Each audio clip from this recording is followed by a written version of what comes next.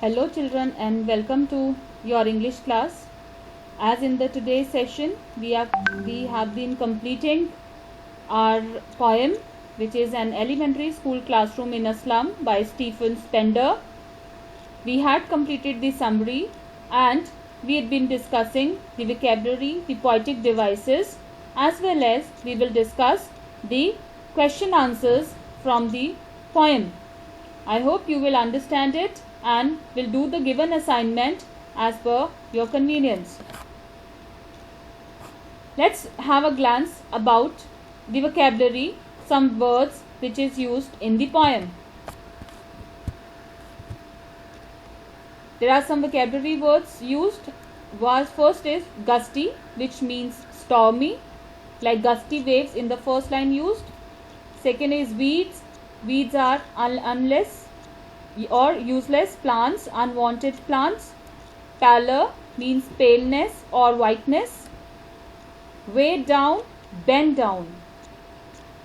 Stunted, abnormal growth. Gnarled means twisted. Saw means faded. Dome means globe. Lead sky means dull looking sky or grey sky. Wicked, bad, tempting, alluring or attracting. Slyly means secretly. Cramped means narrow. Holes here for hurts. Slag means waste material from industries. Bits means pieces. Slums, dirty colonies.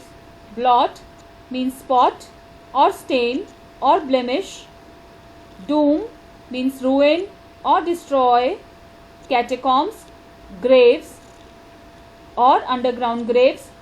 Azure means blue color. Tongues run naked is a phrase which means they enjoy reading. Now let's take the view of poetic devices with examples from the poem. Poetic devices, as I told you in the previous session, there are 4 poetic devices being used here. One is simile, second is metaphor, third is image and symbols. Let's take some examples of simile. Simile, as you know, are the comparison between two distinct qualities or things with the help of the words like and as. As you can also see some examples of it from the poem. I have taken some underlined examples. You can underline these words or phrases in your book, writing some abbreviative words like S for simile. You can use M for metaphor for your reference. The first example of it from the poem is faces like rootless weeds. Here I have highlighted like word with yellow color. Faces like rootless weeds. Like big bottle bits on stones means the spectacles which the poet is talking about, and the way the glasses in those spectacles which is fitted are being repaired, with the broken pieces have been repaired, has been compared with the bottle bits lying on the stones. Then window like catacomb. Window like catacombs. Right? Slums as big as dooms means slums have been compared as to be destroying, as to be the main source of destructions for these children who hinders them to lead a good life. So slum as big as doom. Let's take example of metaphor. As I told you, metaphor is a poetic speech where two different qualities are compared, but we do not use like and as, because we are making direct comparison. Okay, in metaphor we make direct comparison, whereas in simile we do not make direct comparison. We use word like and as. In metaphor we do not use like or as because the poet make direct comparison. Like rat's eyes, father's gnarled disease. Squirrel's game, father's gnarled disease. squirrel's game, tree room, futures painted with fog, lead sky. The sky is being not compared. The sky looks lead or dull to them, to those who live in slums. It shows hopelessness also. Spectacles of steels. Next, we discuss the another poetic devices, images and symbols like gusty waves. Gusty wave symbolizes the openness, the freedom of the waves. Rootless wheat.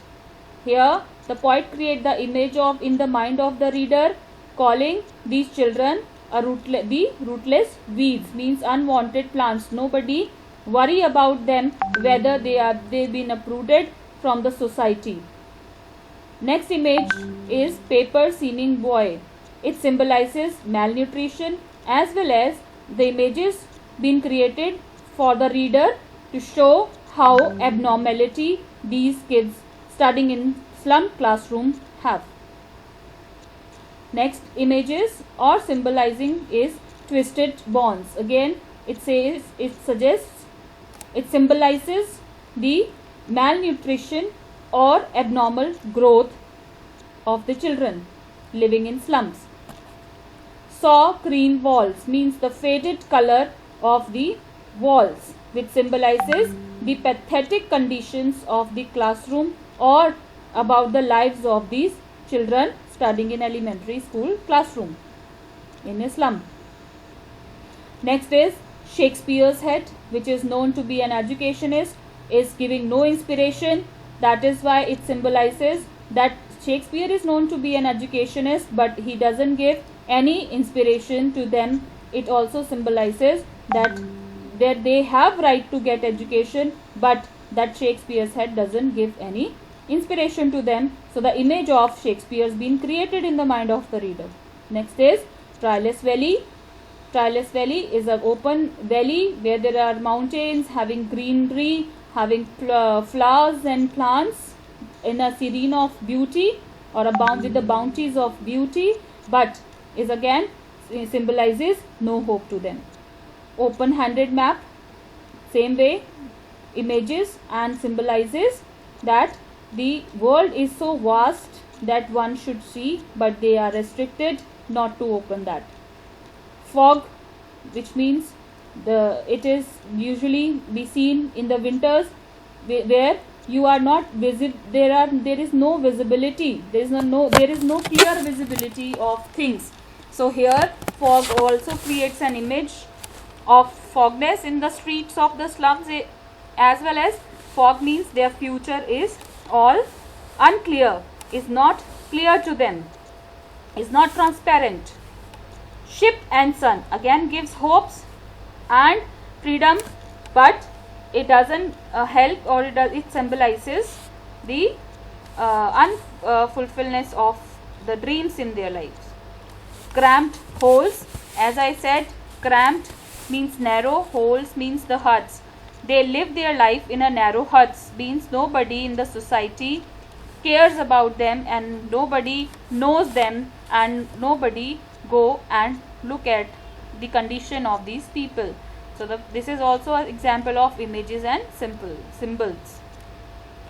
Bottles bits on stone. Again I said that it is compared that bottle bits lying on the stone. In the same way, the mended there is a spectacle steel glass in which the repaired glasses have been put in, create symbolizing that they do not have money even to buy a new pair of spectacles. Gold sand. The gold sand means the openness, the freedom, the carefreeness of the people living in the slum. So this is how image and symbols have been used in the poem. Now let's discuss some question answers. What is the theme of the poem An Elementary School Classroom in a Slum? In the poem, Stephen Spender depicts the pathetic life of slum children who are victims of government apathy. He also presents social injustice and class inequalities that prevails in society. The poem is bitter criticism on the state of education in elementary schools in slum areas. So, this is how the theme is to talk about or to stress about the pathetic condition or the pathetic lifestyle the children living in slum have, and how they are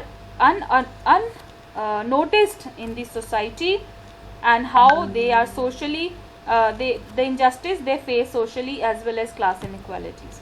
Next question is, what picture of slum children is depicted in the poem? So, the slum children in elementary school classroom look pathetic.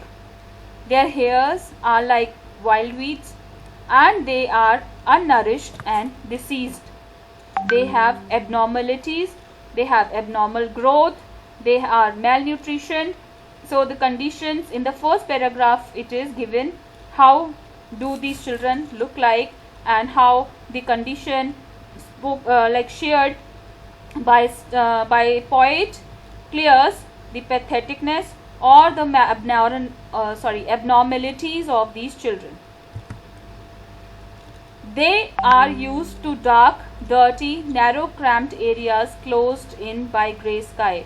Here, even the condition of these children been shared by the poet is like they used to be in dark. Their entire they live in dirty atmosphere where they do not have good facilities. They live in cramped areas, means the narrow areas where the sky is grey, means they have no hope to get better life in future. Next question is, what do slum children receive as inheritance? The children inherit their parents' poverty and disease. A boy has twisted bones like his father is reciting the father's disease. The slum children inherit the disease as they are subjected to inhuman, dirty, cramped conditions. So they get these all kinds of diseases in quite an early age because they do not have enough food to eat. Even they are deprived of getting a healthy meal at a time. So there are children who are having this twisted bones. Some examples of paper seeming boy. There are some examples of a girl who is very thin and tall girl with the burden of the society she is having on her head. So there are plenty examples being used by the poet to talk about the inheritance of the children. Okay. Next, move to next question. It is far, far from gusty waves. We have to explain far, far from gusty waves. Gusty wave represent energetic children who are like strong waves. But the children in the slum or the slum children are unlike the usual children. They are not free.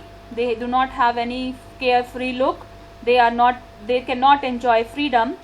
They are undernourished and miserable.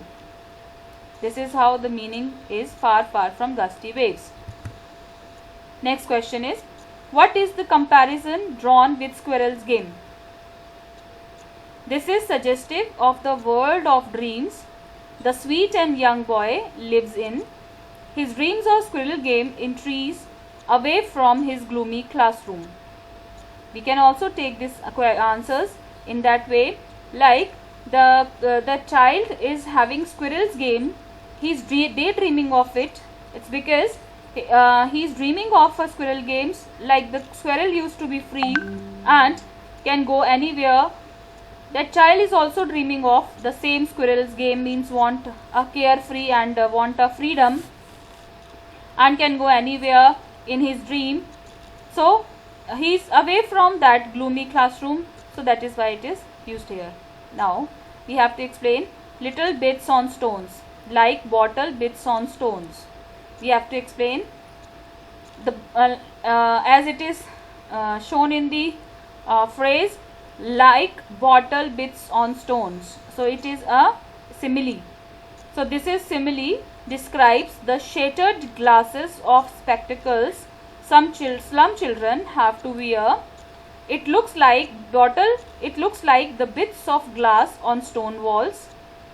It highlights the poverty and hardships of people in slum. So if you get a question, explain like bottle bits on stone, you have to tell this is simile which talks about that the spectacles these children are wearing have been mended and they are wearing look like bits of glass lying on the stone walls. and it is because he used it, the poet used it because he wants to highlight the poverty and hardships of the people or the children living in slums. Next question. In spite of despair and disease, the slum children are not devoid of hope. Give an example of their hope or dream. So in the poem we have to highlight the disparities and disease. In spite of these disparity and disease, what are the lines used for the children which suggest hope and dream to them? Even though the world of the slum children is dark and their future is bleak, their eyes dream of a better future which is distant beyond their reach. They dream of open seas, they dreams of green fields, they dreams of squirrel's game, they dreams of getting education and want to break out all the boundaries. So with the help of these examples, poet wants to highlight the hope and dream. You can even read the poem and will understand the hopefulness of the poet with the examples in the poem. Next question. How is map a bad example? See, map opens before the slum children a beautiful world. The map is a bad example because it attracts them to aspire to think of for a better world which is beyond their reach, and their world is only confined or limited to the dark narrow lanes in the slums. So that is why poet wants to say that map is a bad example. Next question. Bring out the optimism in the last stanza. How the poet feels optimism in the last para of the poem. Stephen Spender feels education is the instrument or is the main source of change. It can release the slum children from the miserable life they lead. He also appeals to the officials to become sensitive to their needs, and this will break down the barriers that hinders their growth. So in the last paragraph it is clearly stated that their history is the sun. So if we give them the light of education, they will create history. Next question. How can powerful people improve a lot of slum children? Powerful people can liberate the slum children. They can do so by removing social injustice and class inequalities. They must provide opportunities to these children so that their childhood does not get lost in their foggy slums. Next question. Explain history is theirs whose language is the sun, is a beautiful line in the poem. So the poet wants to say here with the help of these lines, like those people who create history who outshines others. Through this line is actually a metaphor because Spender feels that only those people who have courage can leave their mark.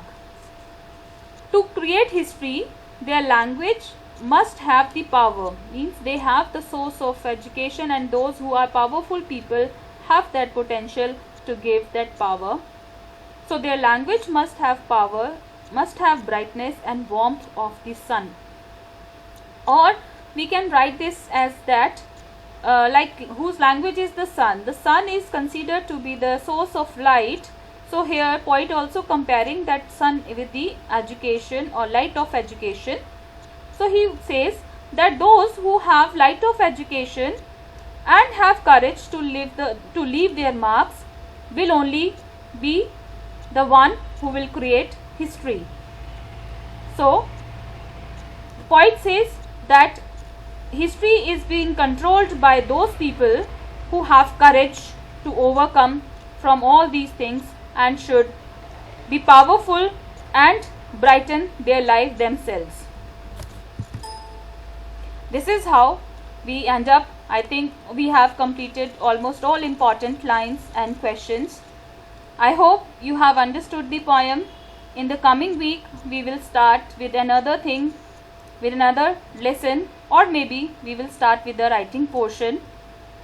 Till then, take care of yourself, do give an assignment, and have a nice and beautiful day. Stay at home, take care of your family and yourself, and do study. Thank you. Have a nice day.